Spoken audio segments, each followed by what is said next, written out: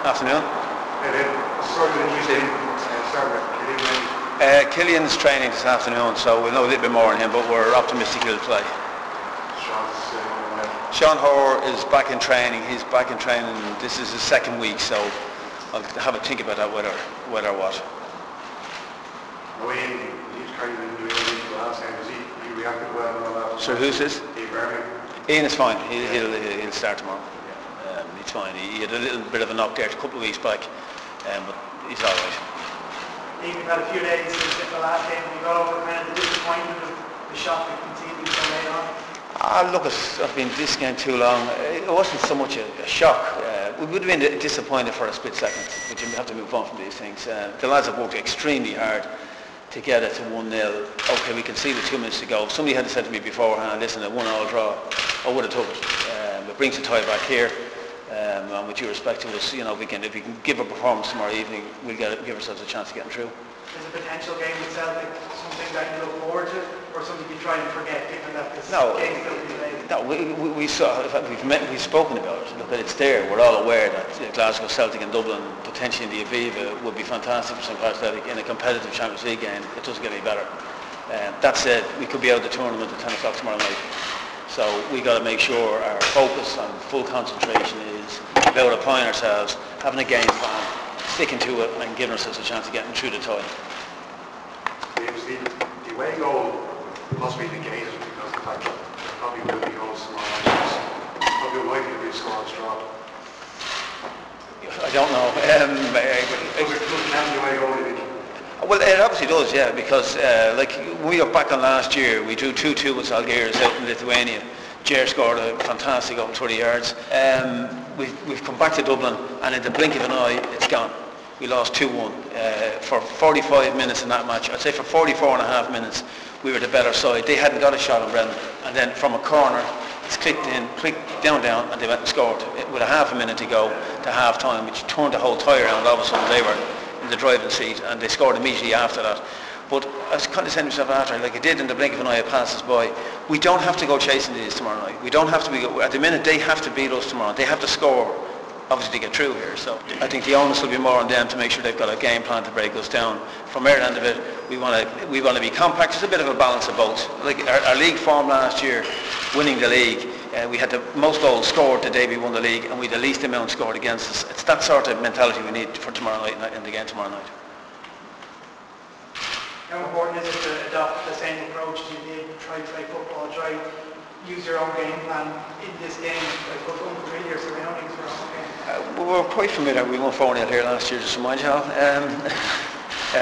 No, from our point of view, we're not taking that for granted here. You can be sure they're going to come over here. I think they might have took us a little bit lightly in the first leg. Bear in mind, some of the media over there, one of the questions was, do I think Legia Warsaw are going to make the group stages this year?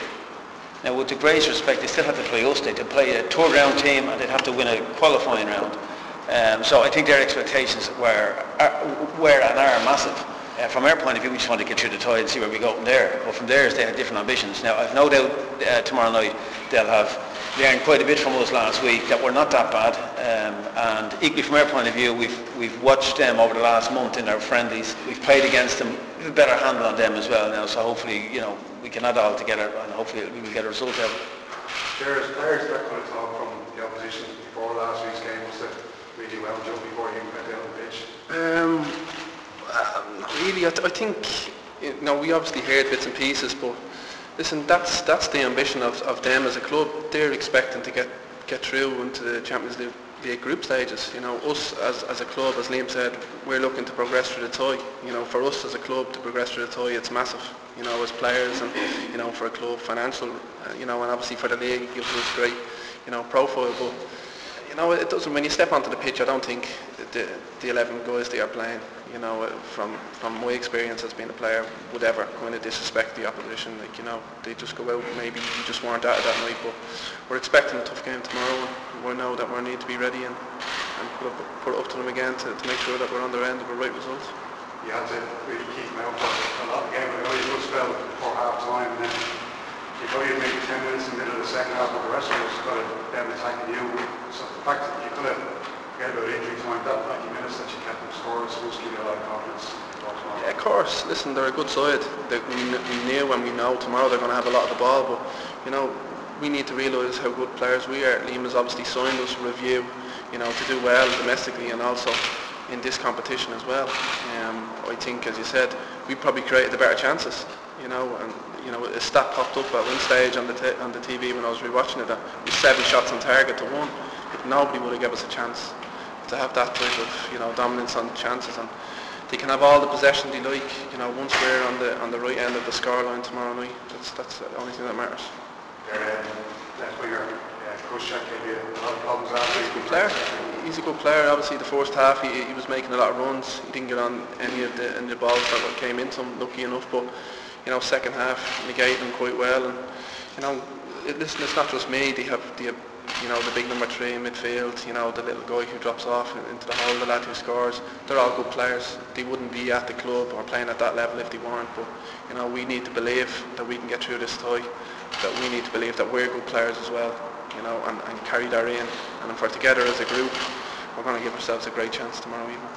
Do the conditions play a factor? Like you've been playing, I suppose, the last couple of weeks, this kind of humid, muggy weather. Does it you know, make any difference? I think over there did. You know, it was warm. You know, you wouldn't believe the jerseys are sapping after 5 minutes. Like it's crazy. I'm sure. You know, these guys are obviously training, playing in every day of the week. They're used to that, but we won't use anything as an excuse. We won't use the pitch, the venue as an excuse. We've manoeuvred ourselves into a really good position.